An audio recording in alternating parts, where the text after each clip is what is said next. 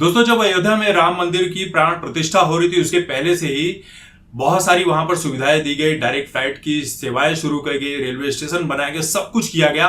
और वहां पर प्राण प्रतिष्ठा के बाद अयोध्या में बहुत भारी भरकम भीड़, यानी कि उन श्रद्धालुओं की भीड़ लग गई थी जो राम मंदिर का दर्शन करना चाहते थे, प्रभु श्री राम का दर्शन करना चाहते थे, क्योंकि 500 वर्षों के बाद वो दौर आया था।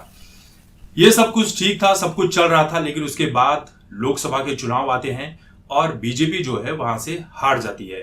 और उसके बाद जो हमने देखा कि जो लोग वहां पर जा रहे थे उन्होंने सीधे सीधे वहां के लोगों का बॉयकॉट कर दिया, अयोध्या के लोगों का, कि हम ना तुमसे सामान खरीदेंगे, ना प्रसाद खरीदेंगे, ना ही तुम्हारे गाड़ियों में रिक्शे में यात्रा करेंगे, हम पैदल चले जाएंगे, अपने घर से खाना लेकर आएंगे, लेकिन अयोध्या वालों से कुछ नहीं लेंगे। उसके बाद अयोध्या त्राही त्राही करने लगी और सब कहने लगे कि जब अयोध्या वाले प्रभु श्री राम के ना हुए तो वो किसी के क्या ही होंगे, क्या योगी के होंगे, क्या बीजेपी के होंगे।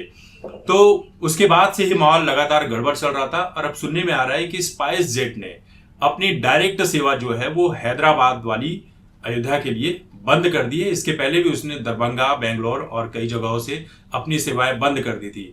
अब इसके लिए कौन जिम्मेदार है? जिम्मेदार वही अयोध्या वाले हैं जिन लोगों ने भाई वोट नहीं किया उसके लिए, जो राम को लेकर आए थे, और उन्होंने उन लोगों को वोट किया, समाजवादी पार्टी के लोगों को, जो राम के खिलाफ थे, जिन्होंने राम भक्तों के ऊपर गोलियां चलवाई थी, उन लोगों को वहां पर गद्दी पर बैठा दिया।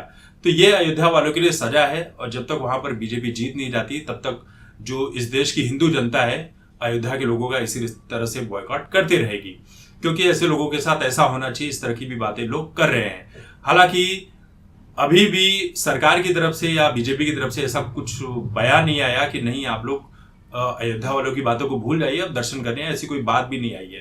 तो इस तरह की सेवाएं वहां पर कैंसिल हो रही है, वहां के लोगों को बहुत नुकसान हो रहा है। और इस पूरे विषय पर आपकी क्या राय है, कमेंट करें।